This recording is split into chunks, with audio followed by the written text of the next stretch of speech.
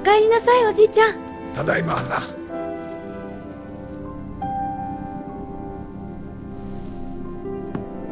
いただきます。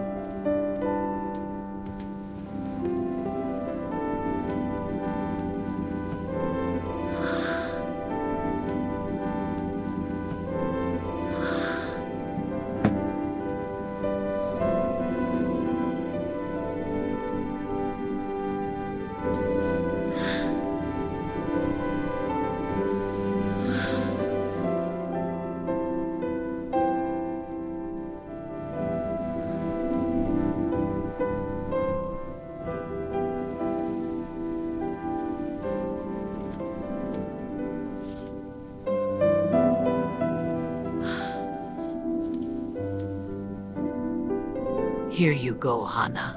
Thank you, grandmother. It smells wonderful. Eat up, dear.